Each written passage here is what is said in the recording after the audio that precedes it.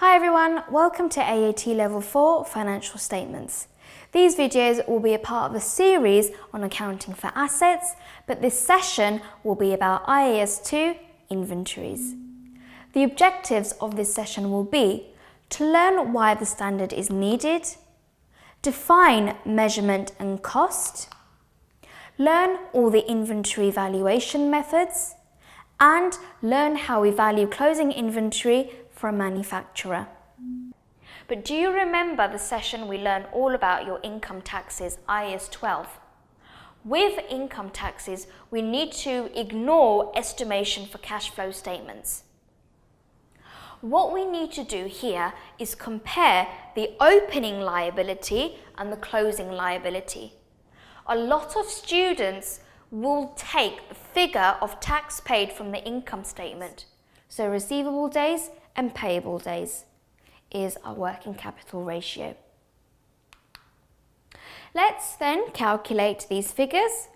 We have trade receivables under current assets and we have trade payables under current liabilities.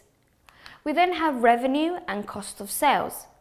If we calculate these figures, receivable days 1,600 divided by 7,250 revenue multiplied by 365 gives us 81 days. If there's an increase, it means that you have delayed paying your suppliers some cash. That means you've retained the cash, and that's why it's a positive inflow, a positive balance. You'll add down all of these figures and then you get the cash generated from operations. That's just cash generated from operations. We are not finished with our reconciliation yet. What we then need to do is look at interest paid and tax paid.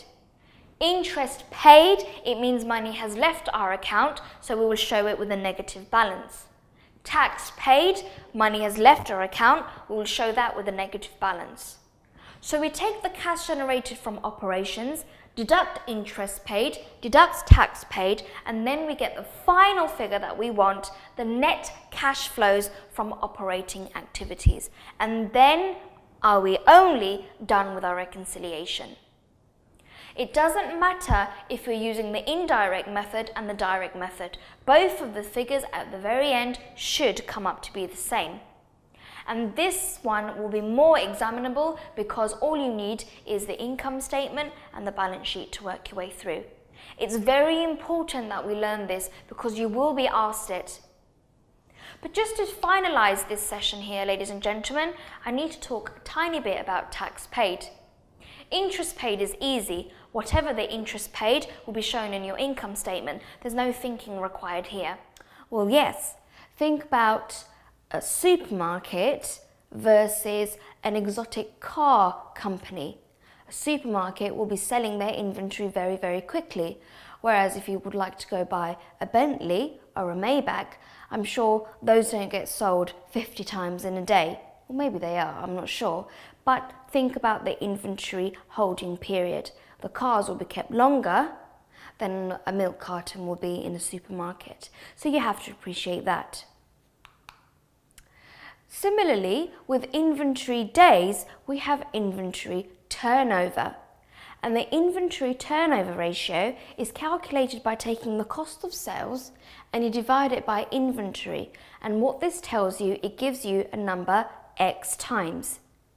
Now, inventories for both ratios talks about closing inventories, and closing inventory can be calculated or is taken from the statement of financial position under current assets. What inventory turnover shows you, it shows you how many times over inventory is sold during the period. Not how much inventory is sold, how many times over during the period have you sold all of your inventory. The objective was to understand and calculate efficiency ratios, and we saw 5 main ratios that we need to calculate. The first set of ratios was to do with inventory. We have inventory holding and inventory turnover. Both the formulas are shown on your screen now, and you need to memorize these formulas. Inventory holding shows the number of days it takes us to sell our inventory.